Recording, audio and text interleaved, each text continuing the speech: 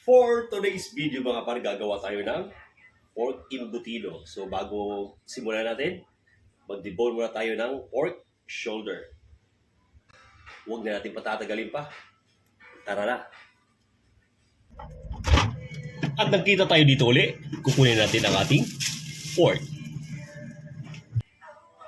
Mas pinili ko ang pork shoulder o pork casing kasi marbleize yung texture ng meat, no? So nasa mga 20 to 30% yung fats niya, unlike dun sa pigi or sa pork butt, no?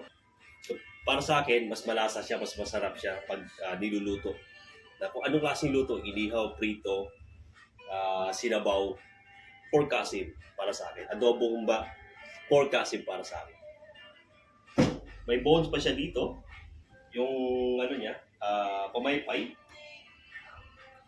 At tatanggalin natin para yung kalahati gagawin natin embutido, yung kalahati gagawin natin ng pork bulgogi.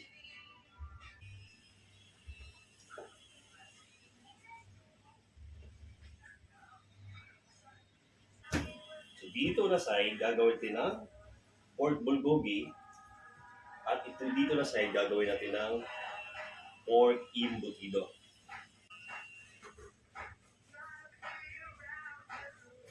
Ito yung sinasabi ko. Kung mapapansin nyo, yung fat niya nasa gitna, no? So, nasa mga 20 to 30% yung fats niya. So, mas masarap talaga siya. Tatanggalin natin yung balat dito. Yung balat, gagawin natin panggisa. Pwede din gawin chicharon. Hinirap muna natin.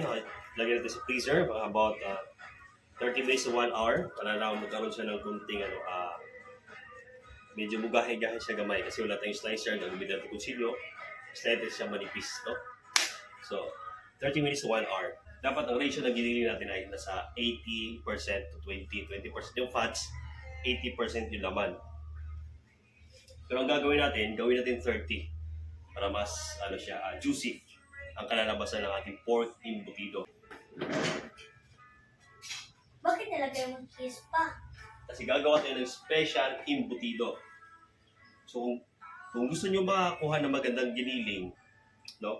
Alam ko sasabihin kong ito, maraming magagalit, maraming magre-react, no? Gumawa kayo sa sarili yung giniling. Huwag kayong umaasa sa mga supermarket o gano'ng mga meat shop lang. Kaya kasuka kung meat shop o supermarket, marami talagang sistemang hindi maganda. Sistemang, sistemang, di mo akalain ang mangyayari sa loob ng malaking kumpanya. Kaya ako, mas pinili ko ako na lang magluto, ako na lang magtarya-tarya. Kasi nakakasigurado ako na malinis talaga. Hindi ko naman nila lahat ng mga supermarket o mga tindahan na meat shop. Nagdang timbang. No? Pero marami kasing sistema, maraming kalokohan eh. Sasabi ko sa inyo, kung bumili kayo ng karne tapos may price na, naka-vacuum pack o naka-pack, naka-styro, patimbang nyo ulit. Bakit kaya naman silo mo? Wala naman siguro masama kung ipapatimbang nyo ulit. Ayan yung konsilo mo yung Mukhang giniling naman. Di ba? So, ayan, wala nang dahilan para hindi ka bumili nito. Kasi gusto mong kumain ng malinis, ng totoo, ng walang halong biro. Di ba?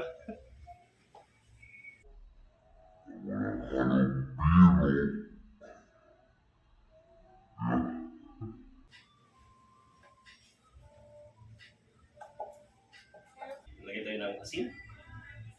ilagyan mo kasi. Paminta. Sugar. Raisins at saka pickles. Tomato sauce. Ilalagay ito ng breadcrumbs. Ito ang magsisilbing binder niya. At bago natin balutin sa foil, magluto muna tayo ng sample para tikman natin kung tama na ba sa asim or tama na ba sa alat. Okay, let's find out. Tignan natin, no? Par. Oh, par. Perfect bite. Mm. Mm. Mm. Good par. Good. Hindi na ako naglalagay ng hotdog dahil purong karni naman siya. Wala naman akong nilalagay na harina, na cornstarch para pumalsa o lumaki. Ang sa akin lang, more on meat, no? So, naglagay ako ng breadcrumbs para magiging binder. At the same time, naglagay ako ng cheese para meron extra creamy na imbutido. So, bukas available na ito.